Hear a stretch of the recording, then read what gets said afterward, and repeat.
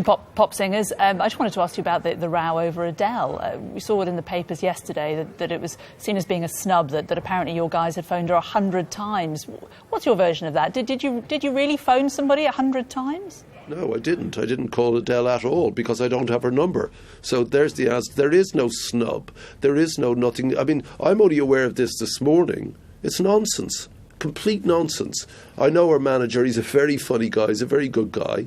Adele simply isn't doing anything. It's like you deciding, I'm not going to do the news for 3 months, guys, so I'm going off to do something else, and that's what you do. She's not writing, she's not recording, she's not doing interviews, she's not doing gigs, she's not doing pop. She's doing something else in her own life.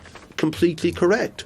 It's a complete nonsense, all this. And, who cares? Who cares who doesn't do it or doesn't want to? Completely their prerogative. Some don't agree. Obviously, everyone wants to stop Ebola, but they don't think this is the way to do it. Great, don't.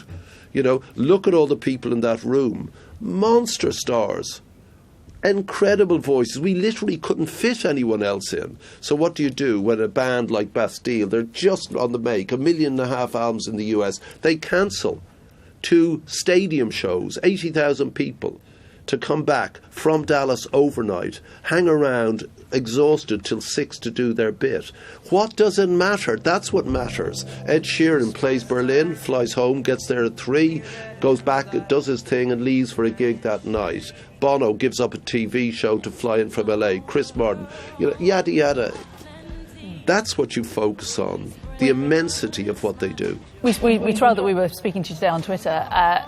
Really divided opinion. I didn't realise that you were such a Marmite figure, Sabov Geldof. Lots of people saying, good on you, fantastic idea, we'll be going out to buy it, and clearly, as you say, it has gone bonkers in sales. But a lot of other people, a lot of detractors saying, look at a lot of those people in that room, a lot of wealthy people. If they all paid their taxes in the right way, we wouldn't need these kind of fundraising singles. What would you say to them? I think they're talking. Pretty colourful language. If you could not use any more, we'd appreciate it. I also wanted to put something else to you, written by Ian Burrell. Now, you may have heard of him. He's a journalist, and he also founded the Africa Express project. He says this trite song will raise a comparative pittance, ignores Africans, and has a logo implying the virus struck the entire continent, patronising and perpetuating myths again. Band-Aid should have learned its lessons and stayed silent. Perhaps less colourfully, what would be your response to that? Complete load.